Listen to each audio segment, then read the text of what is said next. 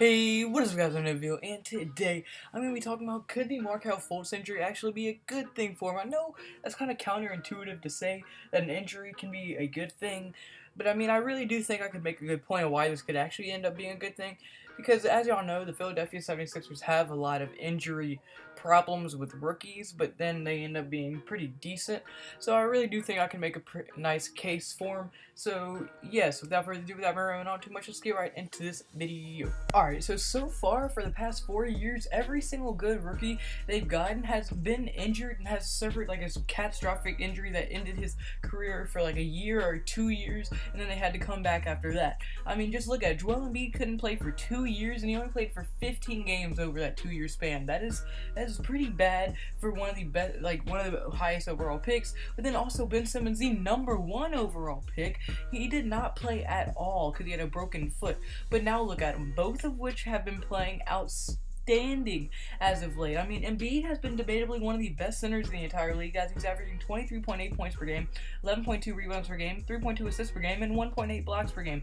That is really, really good. Now, I mean, to be one of the best centers in the league after having to miss 2 years, and this is his first year he can really play back-to-back games, that is really, really good. I mean, that's crazy. And he's also improved his field goal percentage by 4% from the field, but it has barely been injured this year. So to go from not playing for 2 years to barely being injured and being able to play back-to-backs again, that is really good. But then even Ben Simmons, I mean, the dude didn't play at all. He had a broken foot. But now this year, he's in the lead for Rookie of the Year, averaging 16.5 points per game, 7.7 rebounds per game, 7.3 assists per game, and 1.8 steals per game. He's also shooting 52% from the field. Like, a lot of people don't think he's great because he can't shoot, but I mean, come on, he's debatably one of the best passers in the entire league. His court vision's on another level. Like, we haven't seen court vision like that probably since Magic Johnson, and that's saying a lot. And now that those two injuries are done, their first overall pick again for back-to-back years could be out for the year after only playing 4 games for him with a shoulder and muscle imbalance in his thing.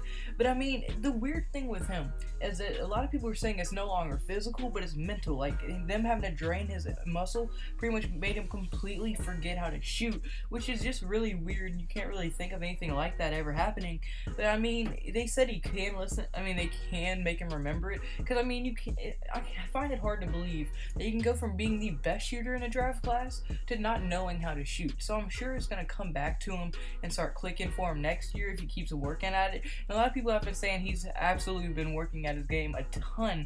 About, like, now have been a lot of reports about him not even coming back this year, which I wouldn't even be mad at. I mean, if he needs to remember and learn how to shoot, I wouldn't teach him how to shoot all year. I mean, this dude, y'all need him to be able to shoot. That's pretty much what he's there for, and playmaking too, I guess. But I mean, the reason I think this could be helpful is because, like, just look what Ben Simmons and Joel Embiid said when they were asked about their injury.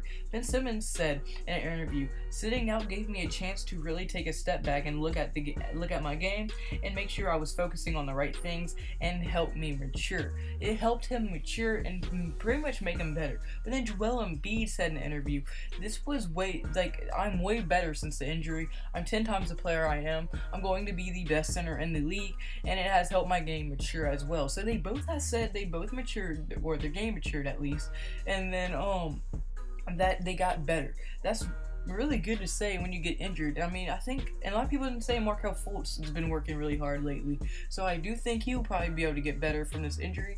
And I mean, if you can get better, and for the few games when we saw him, like, he just wasn't normal. Like, you could tell he was hurt. He could barely move his shoulder. He was so hurt. And then, I mean, his driving was pretty much not there because he couldn't lift up his shoulder in time, or he'd get blocked. So really, it's not like we even saw him at full strength once in the NBA, and he was still averaging like 6 points a game, 3.8 assists per game. He was still doing decent for a rookie. Not as good as a first overall pick should do, but he was doing pretty good. So hopefully, like Embiid and Ben Simmons, and like if he can work on getting his shot back into normal and even getting his explosiveness back, I do think that they will be really good. And if Markel Fultz does end up turning out to be as good as people expected him to be, watch out, because now they will have Ben Simmons, they'll have Joel Embiid and Markel Fultz, and then LeBron, if he goes there. Could you imagine that? That team might be able to beat the Warriors. I mean, That would probably be better than the current Cleveland Cavaliers because they're also pretty deep. The Philadelphia 76ers are also pretty deep. So yeah, but unfortunately that's going to be it for this video. So comment below, do you think that maybe this could help him and make him mature, get his game back, and when he learns how to shoot again, do you think he will learn to shoot again? Do you think it's more mental, or do you still think it's physical? Comment all that below. If you did like the video at any point, like it would mean the world to me. And if you really like the video, want to help me out, hit the subscribe button. That would literally mean the world to me. We're at 143 subscribers. Thank y'all so much. I'm so blessed to be here. Kids, don't think about you either. Never do festival. It's always eat drugs. Stay safe. Goodbye.